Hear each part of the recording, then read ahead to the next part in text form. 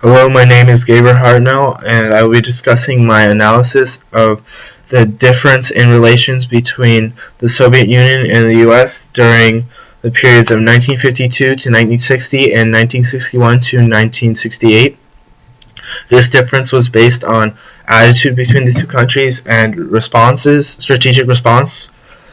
In 1952 to 1968, the two countries pretended to be friends and tried to have friendly relations. Joseph Stalin recently died, and Eisenhower saw this as an opportunity to improve relations. He invited Premier Khrushchev to visit America and Camp David for a summit to promote these friendly relations. However, the summit was undermined when Khrushchev was notified about a U-2 spy plane that was shot down over Soviet Union, and he became indignant about being spied upon, and so both sides reached no agreements. However, the Soviets were unveiled as hypocritical when the Great Seal bug, in which a bug was placed in a Great Seal, which was a gift to a U.S. ambassador, and this bug was used to spy on the going on in the embassy.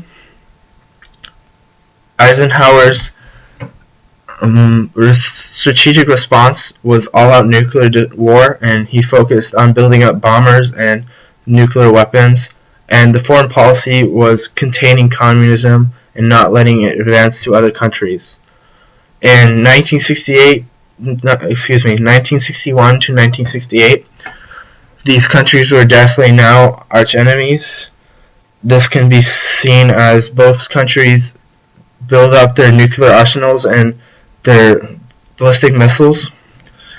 Some inflammatory events include the Berlin crisis, in which the Soviet Union threatened to invade West Berlin, and the Cuban Missile Crisis, in which Soviet missile sites were being built on communist Cuba, from which they could launch nuclear missiles that would hit the U.S. within seconds.